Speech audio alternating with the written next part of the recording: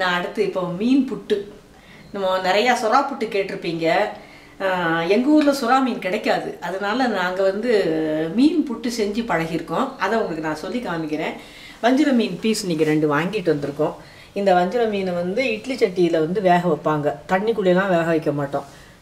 இட்லி சட்டியில் வாழை இலை போட்டு வேக வைப்பாங்க. வாழை இலையில் எண்ணெயை தடவி அதில் வேக வச்சோம்னா வெந்துடும். அந்த ஆவியில் வேக வைக்கணும், ஸ்டீம் குக் பண்ணணும்.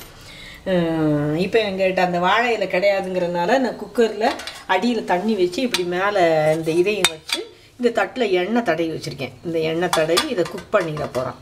அந்த மீனுக்கு இதை குக் பண்ண போகிறோம். வெங்காயம், சின்ன வெங்காயமா பெரிய வெங்காயமா 2 கலந்து வச்சுருக்கேன். வெங்காயம், இதை வந்து இந்த சீரகத்தை வந்து நல்லா கையில் கசக்கி அப்புறம் போடுறது. இந்த இதுவுமே ஒரு இந்த வத்தலை வந்து ஒரு சுற்று நீங்கள் மிக்சியில் சுற்றுனீங்கன்னா இன்னும் கொஞ்சம் ஃப்ளேக்ஸாக இருக்கும். நான் கையாட்டு கசக்கியிருக்கேன்.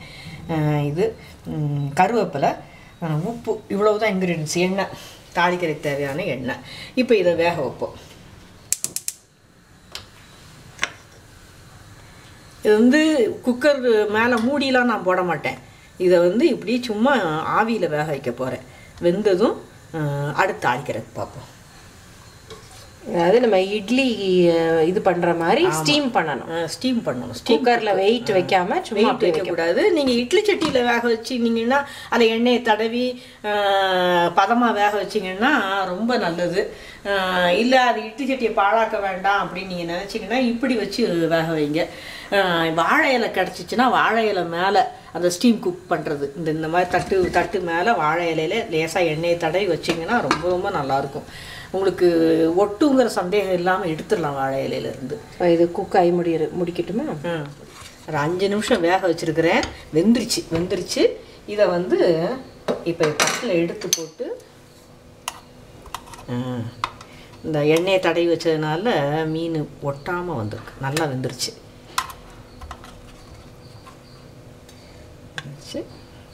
இதை இப்போ வந்து நான் உதுத்தி போட்டுறேன். மேலே இருக்கிற அந்த ஃபிஷ்ஷோட ஸ்கின்னை எடுத்துட்டு உதுத்தணும். ஏன்னா ஸ்கின் வந்து ஒரு கலர் வேறு மாதிரி இருக்கிறனால அந்த புட்டு வந்து ஒயிட் கலராக இருந்தால் தான் நல்லாயிருக்கும்.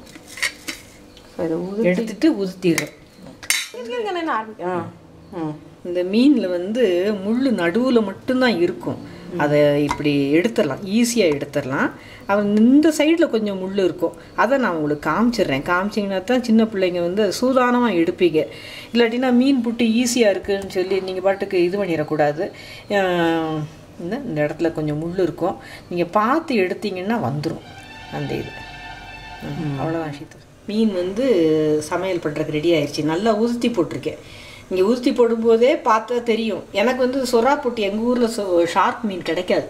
அதனால் வந்து நாங்கள் இந்த சுறா புட்டுன்னு சொல்கிறாங்களேன்னு சொல்லிட்டு எங்கள் வீட்டில் இது செஞ்சு பார்ப்போன்னு ட்ரை பண்ணி சீலா மீனில் செஞ்சோம். ரொம்ப பிரமாதமாக வந்தது.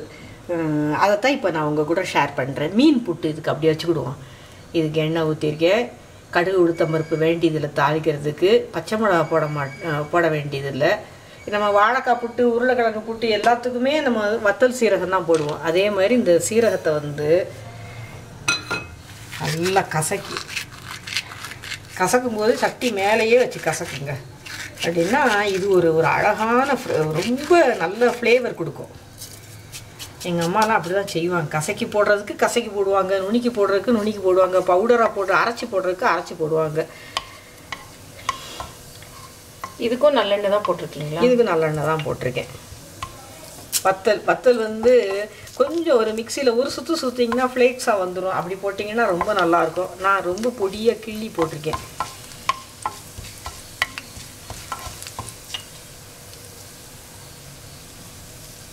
கருவேப்பிலை,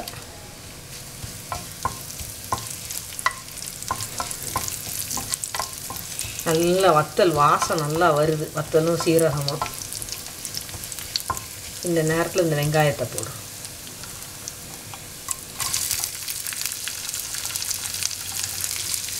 ஏற்கனவே இந்த மீன் நல்லா வெந்ததுனால வெங்காயத்தை நல்லாவே வேக விடுவோம். இதுக்கு மஞ்சத்தூள், சில்லி பவுட்ரு எதுவும் வேண்டியதில்லை. பச்சை மிளகாய், இஞ்சி, பூண்டு அது எதுவுமே தேவையில்லை. இது மட்டும் போதும். ரொம்ப சீக்கிரம் குக் பண்ணிடலாம். என்ன இது வந்து ஸ்டீம் குக் பண்ணோம்னா ரொம்ப நல்லாயிருக்கும். தண்ணிக்குள்ளே போட்டு குக் பண்ணுறது அதெல்லாம் வந்து நான் ட்ரை பண்ணதே கிடையாது.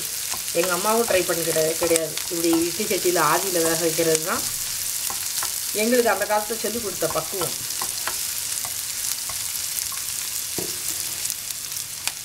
உப்பு கூட நம்ம இது மீன் மேலே தூவி வச்சிடணும். தூவி வச்சிட்டோம்னா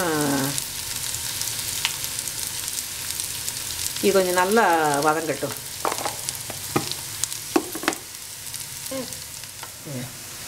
இது வெங்காயம் வதங்கிடுச்சா? வதங்கிடுச்சு. மீன் இதுலேயே நான் உப்பு போட்டுட்டேன். இப்போ நம்ம இதை சேர்க்க போகிறோம்.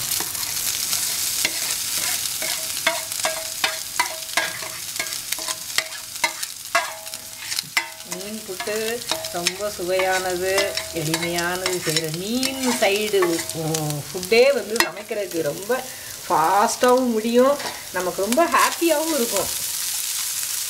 இவ்வளவுதான். இதுதான் மீன் புட்டு.